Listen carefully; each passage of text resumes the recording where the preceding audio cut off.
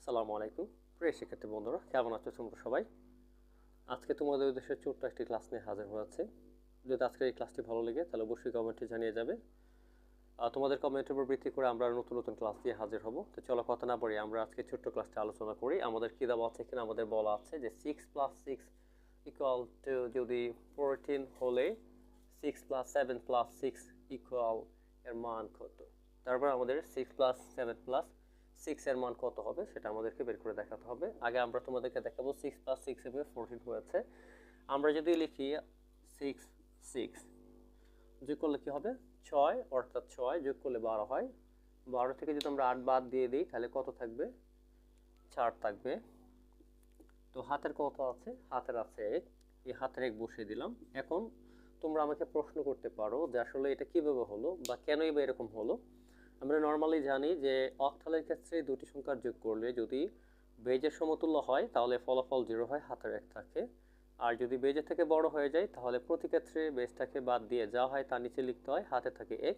তো সেই অর্থে যেহেতু আমাদের এখানে যোগ করে 12 হয়েছিল, যা বেজের থেকে বড়, সেই জন্য আমরা 8 বাদ দিয়েছি মনে মনে। বাদ দিলে থাকে কত? 6। 12 থেকে 8 বাদ দিলে 4, এই জন্য আমরা 4 লিখেছি। আর হাতের 1 থাকে, এই হাতের 1 বসিয়ে দিয়েছি, যা 14 হয়েছে। এখন আমরা এটাকে অ্যাপ্লাই করব যে আসলে এটার মান কত হবে। তো আমরা যদি যোগ করি, কি আছে দেখো, 6 7।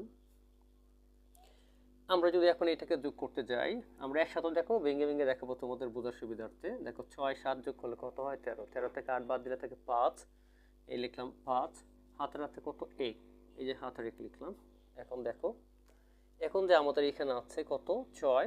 আমরা 6টা পরে দেখাবো বসে, আমরা একসাথে যোগ করে আগে দেখাবো। দেখো কত আছে? 6 + 7 + 6। দেখো এখানে যোগ করলে কত হচ্ছে? 6 7 13। 13 আর যদি আমরা 6 যোগ করি তাহলে হচ্ছে 19।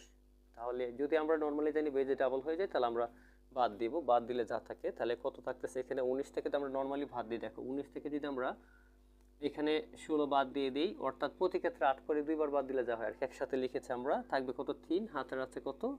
হাতের যেহেতু আমরা এখানে, আমি আরো শর্ট করে দেখাই তোমাদেরকে। এই যে 19, এখান থেকে 8 বাদ দিয়ে দিলাম, থাকবে কত? 19 থেকে 8 গেলে থাকবে 11, এই যে 11 লিখলাম। আবার যেহেতু 8 থেকে বড় আছে, এখন আমরা আবার 8 বাদ দিব। আবার 8 বাদ দিলাম, বাদ দিয়ে কত থাকবে? থাকবে 3। তাহলে যতবার আমরা 8 বাদ দিচ্ছি ততবার হাতের 1, তাহলে এখানে একবার আর এখানে একবার বাদ দিয়েছি, তাহলে 2। তাহলে কত হলো? 23। এখন আমরা এখানে যে লিখেছিলাম কত ছিল, এখন আমরা যদি এটার সাথে যোগ করি, কত নিচে লিখি আমরা এখানে কত হচ্ছে যে 6 5 যোগ করলে কত হচ্ছে? 11। 11 থেকে 8 বাদ দিলে থাকবে 3, আর হাতের আছে কত? 23। তুমি চাইলে ভেঙে ভেঙে করতে পারবে। কি করতে পারবে? যে ভেঙে ভেঙে করলেও 23 হয়, একসাথে করলেও 23 হয়।